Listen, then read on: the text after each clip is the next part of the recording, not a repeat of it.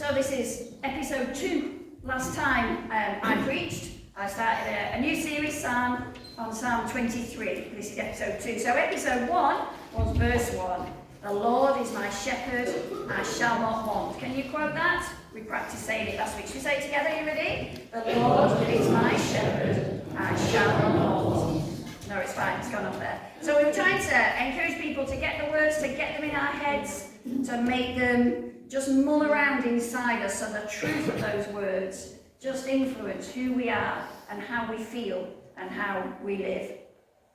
In last time, in episode 1, I talking about David and his ongoing relationship with the living God. Something to marvel at, something to rejoice in as we go about our ordinary lives.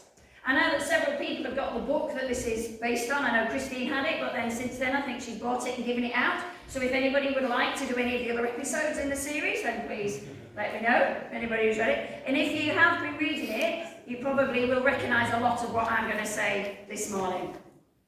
So we're looking at verse 2. I was spending quite a bit of this hot, sweaty week trying to work out whether to read Psalm 23 again or to have a different reading. But you know what? I've gone for Psalm 23. We're going to read it, and we're going to read it together. Not just to check that everybody's awake, but do you know it helps? So let's read Psalm 23 together, and then I'll share with you some of the things I've been thinking about. So Psalm 23. The Lord is my shepherd, I shall not be in want. He makes me lie down in green pastures. He leads me beside quiet waters. He restores my soul. He guides me in paths of righteousness for his name's sake. Even though I walk through the valley of the shadow of death, I will fear no evil, for you are with me. Your rod and your staff, they comfort me. You prepare a table before me in the presence of my enemies. You anoint my head with oil. My cup overflows. Surely goodness and love will follow me all the days of my life, and I will dwell in the house of the Lord forever. Lovely. Great. Can you leave verse 2 on? There we go. Verse 2. So episode 2, so we're looking at verse 2. He makes me lie down in green pastures. He leads me beside quiet waters. Do you know when I read that, he makes me lie down? It's easy to read that as kind of forces. Do you know when you kind of sit down, lie down, and you have to, maybe you've got a dog and you have to manoeuvre it to lie down, or you've got a difficult child and you will lie down, that kind of thing. It's easy to read it like that, but I don't think that's quite the picture we should have in our minds. It's not about God forcing us, making us. In the contemporary English version of the Bible, and the Good News version, and the New International Reader's version, it talks about he lets me lie down. Kind of he enables me. He creates a situation that means that I can lie down. And I like that image, not a force, not a you will, but a you can. You're enabled to, you are allowed to. It's possible for you to lie down by creating the right situation. So there's quite a lot in this sermon today about sheep. My sermon today is not about sheep, but there is a lot of sheep in it. It's because to understand more of who God is and what David's saying here, we have to know a little bit more than I knew already about sheep. Okay, but keep in mind, this is not, I don't want you to go home with thousands of facts about sheep and nothing about God. So as we're learning about sheep, keep in mind that what we're learning is telling us more about who God is and how he relates to us and what he does because he's our shepherd. Okay, so I've learned that sheep don't lie down easily. They're not like the cats we look out for on our way home. When we come off the main road, we go around a little bend and there's a row of terraced houses, and one of the houses has 2 gorgeous cats in it. And we know they're gorgeous cats because they quite often sprawl on the windowsill. So we have to slow down, we pause, don't we, Emma? Coming around the corner. Thank you. We pause coming around the corner to slow down to see whether the cats are in the windowsill. And often they're there just completely splayed out and it seems like they're there for hours, just lying there in the sun. Sheep are not like that. Sheep, apparently, will only lie down when they're free from fear, when they're free from tension like friction with other sheep, when they're free from hunger, and they're free from aggravations like flies and parasites. So if David is saying that his shepherd enables him to lie down, he's saying because of his shepherd, he is free from those things, and that enables him to lie down. Let's have a look at the sheep and the shepherd's role particularly. So fear. Sheep only lie down if they're not feeling scared. But if they are lying down and something happens, they easily leap up and run, and others follow, even if they don't know why. Seeing one sheep leap up and run away causes a lot of the rest of them to do the same. It could be something they need to run away from, like a predator coming, or it could just be something unexpected. In the book, Philip talks about when his friend came and he got out of the car and he had a tiny Pekingese puppy. And the sheep saw the puppy and panicked, and 200 sheep that were resting quietly on the grass leapt up and shot across the field, away from this terrifying, tiny Pekingese puppy. It was the shepherd's presence, it was Philip going into the field that brought the sheep back and enabled them to lie down again. It's the shepherd's presence in that moment of fear that calmed them down and allowed them to settle. David's telling us that the presence of the shepherd means that we're not on our own. It's telling us that we can be aware of his presence, bringing calm in challenging and uncertain times. I'll give you 2 examples from the Bible. There's loads, aren't there? Loads of times when God says, do not be afraid, fear not. Just give you 2. One from Genesis chapter 15. God's making his covenant with Abram right at the beginning when he's saying to him, look, this is what's going to happen. You, this ordinary man, you're going to go out and do this incredible thing. I'm going to do this incredible thing through you for all these people. And God says to Abram, do not be afraid, Abram. I am your shield, your very great reward. Might look like something really scary was going to happen, really overwhelming. God's saying, don't be scared, I'm with you. But then, let's look at Paul in Acts chapter 18. So Paul, who'd had that dramatic experience with Jesus and then was travelling around telling people about Jesus, and he got in a lot of trouble and a lot of attack for talking about Jesus. Acts chapter 18 says, one night the Lord spoke to Paul in a vision. Do not be afraid, he said. Keep on speaking. Do not be silent. It's God's presence that tackles the fear. It's the shepherd's presence with the sheep, telling us that God's presence with us can tackle the fear that we face. The second thing is friction. Every flock has a pecking order. I think they call it a butting order in sheep. So within the order there's like a ranking of, the top sheep get the best crops and the best grass and the comfiest place to settle down. And there's a lot of defending themselves and jostling for position. It's that kind of thing. Not very settling, can upset digestion, stops them resting and relaxing. But again, do you know what stops it? The shepherd's presence. The shepherd walking into the field stops the sheep from all jostling and pushing for their place. It's a bit like when a parent or teacher comes into a room and there's bits of stuff going on and they're present and it just, hopefully, just kind of stops. We've all been there as children where we've been having a dig with a sibling or something, and then you see one of your parents looking at you and you stop straight away. My dad still has a look that could stop us across a room.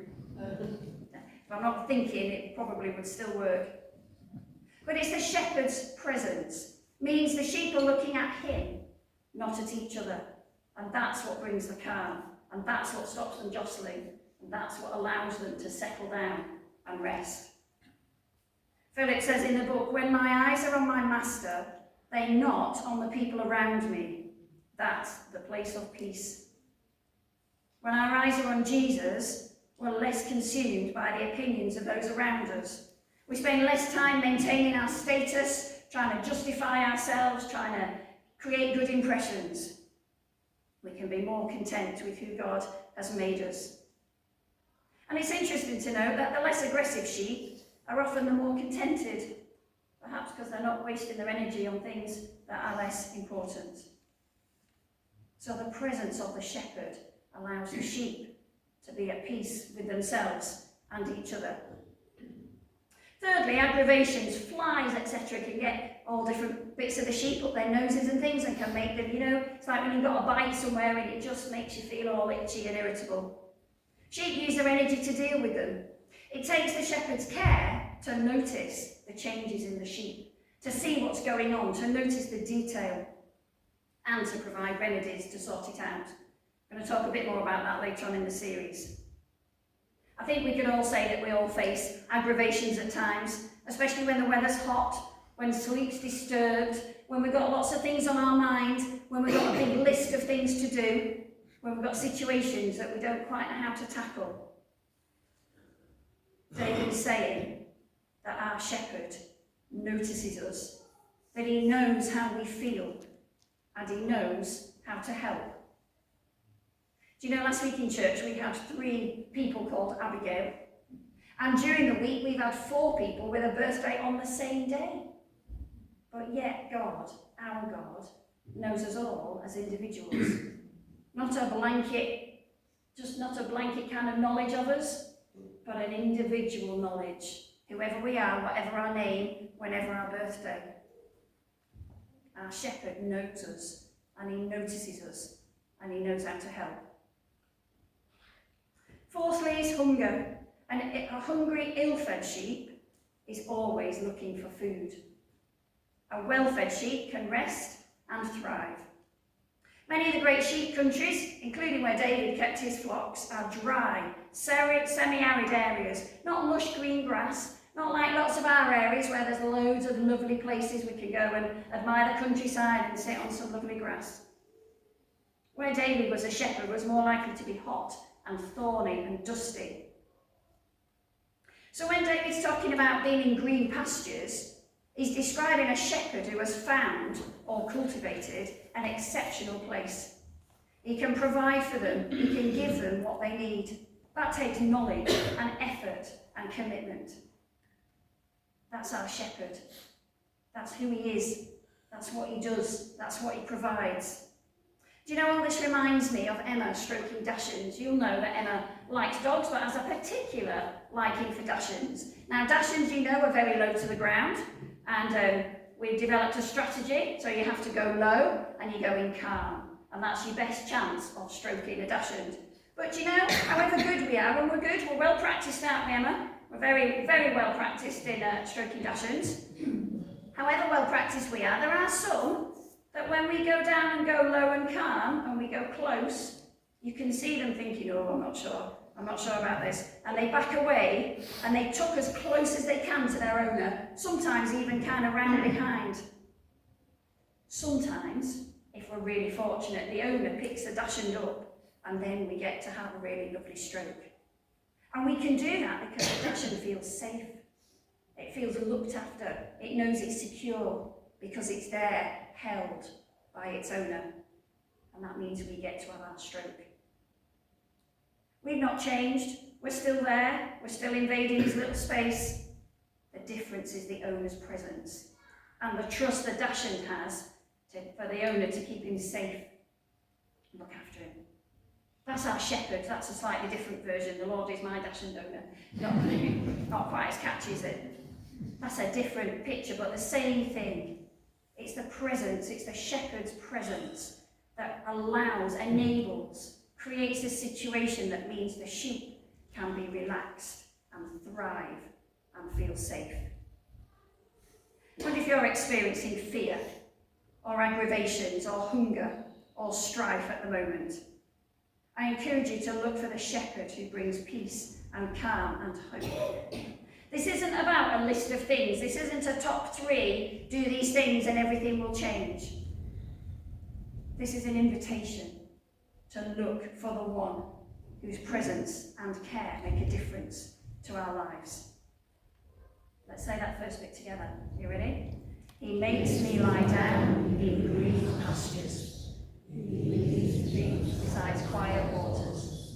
He makes me lie down and enables me to feel safe. His presence, his care, what he does, enables me to feel safe. Let's look at the second bit then. He leads me beside quiet waters. How much time this week have you spent thinking about cool water? Having your feet in a paddling pool, having your glass of water with you all the time? Several of my schools this week have had water fights. Sadly, not when I was there, but I've heard about them and seen the fun that they've had having a fight with the water this week to try and stay cool.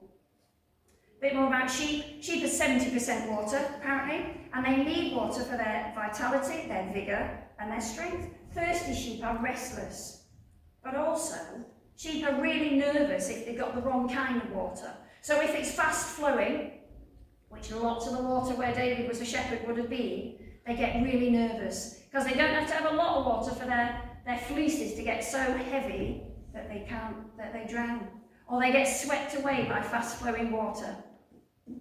So where David was a shepherd, fast flowing water, much more common. So finding quiet, calm water that the sheep felt confident to go and have a drink from took considerable effort and was a real treat. It was up to the shepherd to find that suitable water and provide the best for them. Either because he'd found a nice gentle stream, or because he was up and about early and he got them out on the field so there was the dew on the grass. They could eat the grass but get the dew, and that was the water that they needed. But that meant the shepherd had to be up early and get them there in the right place. That's the shepherd putting a lot of effort in again. Or the shepherd might take them down into deep wells that he'd found or underground caverns, but they had to be led, and the sheep had to trust the shepherd to follow down a dark place into an underground well. Shepherds in David's time led from the front. The sheep had to follow behind. Do you know there'd always be some sheep who maybe didn't quite trust the shepherd, or got a bit frustrated on the way because they could see dirty water on the way past, or could see water, but not the best water. Always some sheep who would stop and drink out of those puddles. Perhaps not have the best water, settle for second best because it was there. Jeremiah chapter 2 at the beginning, when God's explaining where the people are going wrong, he says, "My people have committed two sins. They've forsaken me, the spring of living water, and they've dug their own cisterns, broken cisterns that can't hold water." They turned away from God. They settled for something nowhere near as good. How often do we settle for less than God's best? How often do we want a quick answer, or we want to sort it out ourselves because we don't want help? How often do we listen to the world's opinions, the world's advice, the world's lies, and we settle for that instead of listening to the best that God has for us? Like thirsty sheep, I think it leaves us restless and unsatisfied. Jesus makes a different offer. John chapter 7, on the last and greatest day of the festival in Jerusalem, Jesus stood up and said in a loud voice, "Let anyone who is thirsty come to me and drink.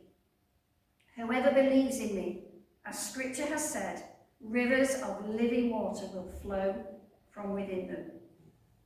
That's a bold claim from Jesus. That's not offering a muddy puddle or a bit of tepid water or a bottle that's been in the car for days and has got all warm and sweaty.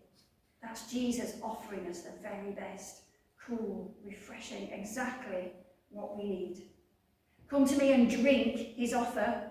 It's an offer to take it in, to accept what he has, to believe in who he says he is. All this speaks to me of the shepherd's care and the presence. The shepherd's presence helps the sheep to be able to lie down, which represents resting, thriving, being satisfied. The shepherd provides quiet waters, the best refreshment for them to help them to thrive. Do you remember what I said right at the beginning? You might leave today with some more knowledge about sheep. Might have some information that will help you on a quiz sometime. Maybe. That's not the aim of what we're doing today. I'd rather you went away with an increased sense of the difference that God's care, his presence, his provision makes in our lives, our individual situations, the individual challenges that we're facing. This is not about what we know about sheep. This is what we know about God and who he is and how much effort he puts into caring for us and loving us and knowing us and never letting us go. So whether you know him well already or you're getting to know him, whether life is easy at the moment and straightforward or whether it's challenging, whether you're full of hope or full of fear, I pray that you'll leave feeling encouraged with a renewed sense of looking for his presence and inviting him into your situation and trusting in his love and his care for you. Let's say it together one more time. Are you ready? He makes me lie down in green pastures. He leads me beside quiet waters. Amen. I encourage you to learn it, to have it in your mind. But as you read it, as you hear it, as you see it, picture what the shepherd does. Now you know a bit more about the sheep, you can picture a bit more fully who God is and what he does. We're going to, this is a bit of a challenge for everybody, I think. We're going to sing a nice, calm, quiet song. We're going to sing Still. I encourage you to stand up. We're going to listen and sing, join in, and just enjoy being in God's presence together. Let's stand and sing together.